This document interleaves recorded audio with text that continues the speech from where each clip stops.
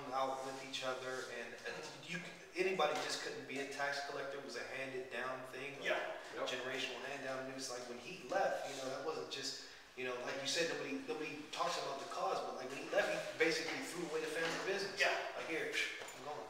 Yeah, it was either a family business or you had to purchase that position. Yeah. And what really stinks is how later on, even in our own church's history, people would purchase being the pope or being a bishop or being a priest. Their family would put a certain amount of money up to make sure that they got that position. I just read something similar to that in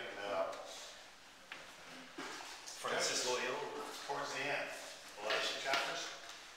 This guy hires a Levite to himself to be his priest. Pays the man to be his priest to do those duties. Well, isn't no different than what's going on today in our government and look at all this stuff right now. You got governors, you've got mayors, all that. They're buying their seats. It's the same thing. Yeah, it's whoever can raise the most money for their. When you say they weren't getting it, wasn't there a percent that was getting it? There was a small percentage, but in mass. Right, and can you categorize who was getting it, who wasn't? Well, Seemed to be there's- common. We're gonna see that in just a second. Who's getting it? And they were the learning guys. Yeah. That's a good question. Who is getting it? Who? Was understanding The poor, the simple downtrodden. Who got it? What do you mean, like, who understood it? Yeah. We'll get there in about 4 verses. What? Verse 10. While Jesus was having dinner at Matthew's house. So in Luke we find out a little bit more that he threw this big party, asked Jesus to come, and that, as we're going to see here, many tax collectors and sinners came and ate with him and his disciples. When the Pharisees saw this, they asked his disciples, "Why does your teacher eat with tax collectors and sinners?" I love this. Paul, this Sunday, during service, was talking about this. Why is it that we can't, in a church like Trinity, we couldn't let a gangbanger come in and sit down and come to church? Why is it that we'd be like repulsed, or we wouldn't go in and go say hi? Or why is it that we couldn't have prostitutes come into the church to listen to the message? Why is it that the church, as pretty much as a whole, is so high and mighty that we can't allow sinners into the church? Because there's lost and lonely people in the shadows of their steeples. I You're saw. not welcome here. That's a lyric from a song. Yeah. Casting crowns. I saw. Casting crowns. I witnessed that. But that's true. That's like even when I go in. When I was in Alabama, Bible state, Yeah. this one Baptist church there was all in a brick building and and I pulled up to my left. Yeah, I was just saying that. And the pastor was like, okay, you can come park your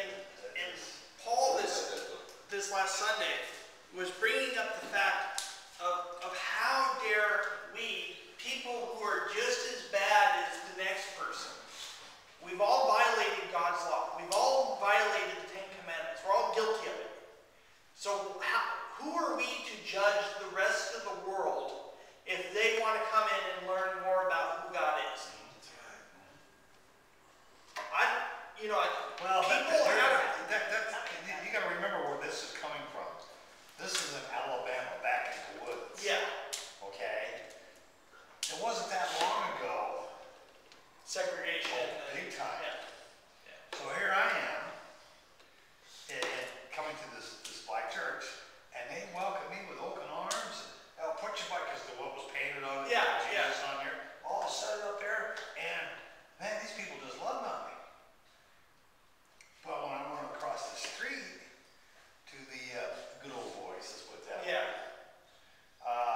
No, I had to park back there. I was only allowed to sit back here. Restrictions in their church. That's what really helped me was with when I was starting to become a Christian, was when I started hanging out, I was hanging out at Downey First Christian. The way that the church and the people of that church accepted me through everything I went through. I mean, they knew I was homeless and everything, but the way they accepted me and they grew with me, it helped to where I'm at now. But there are churches that would have said, no way. No way. Exactly. Exactly. No more. I was in the church. I used to go to church back in the day when I was selling drugs and, doing all kind of things, right? And there was this pastor. There was Pastor Youngblood.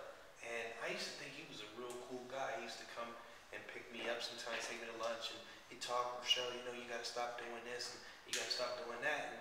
But every time I came to church, there was a seat for me, and I put my money in a collection plate. It was good. He was my friend. Well, one day, there was a bunch of other guys like that, like me, that went to the church, and, we're all there.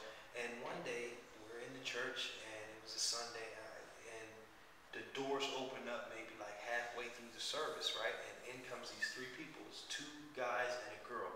And they were like tore up. I mean, I'm talking about as tore up as you could get. Might have been high, stained, everything. But they didn't come in there making no noise or causing no trouble. They came in there and sat at the back of the church, and they was just sitting there for a minute, and they actually looked like they were being attentive.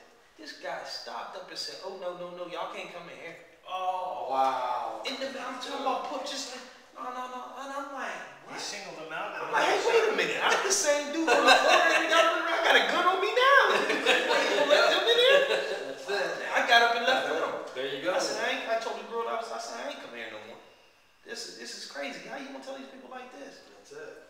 And If I would need some kind of redemption or something. They were who coming down. knows? I mean, they could have been, you know what I mean? When you said that, it just took me all the way back to 1992.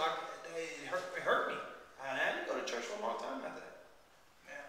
This was some of the reasons why I couldn't find a church, because there were a lot of them that I felt like I was being discriminated. Yeah. It's all over the place. You know, That's why your parents. That's what it says in the scriptures, because of the leaders. Because you're like this, that's why the Gentiles are blaspheming God. Yep. Because of you. Yeah. That's it. And you're the representatives. After that, I thought every church was a fraud. I thought it was just a scam. Because I know this dude is taking my money, he's coming over, and we talking and acting like he's my friend. He's not. Yeah. Yeah. And unfortunately, that's the way of the majority of the churches here in America is they want to be fat, happy, nice little cookie cutter churches, all dressed nice and pretend we're all religious, and yet not really missing the entire point. Here, the Pharisees saw this. They were that religious type, all nice and, pressed coats and fancy cars, and, well, they didn't have cars, but Fancy horses? fancy Tassels and stuff. tassels and stuff. And so, A nice mule.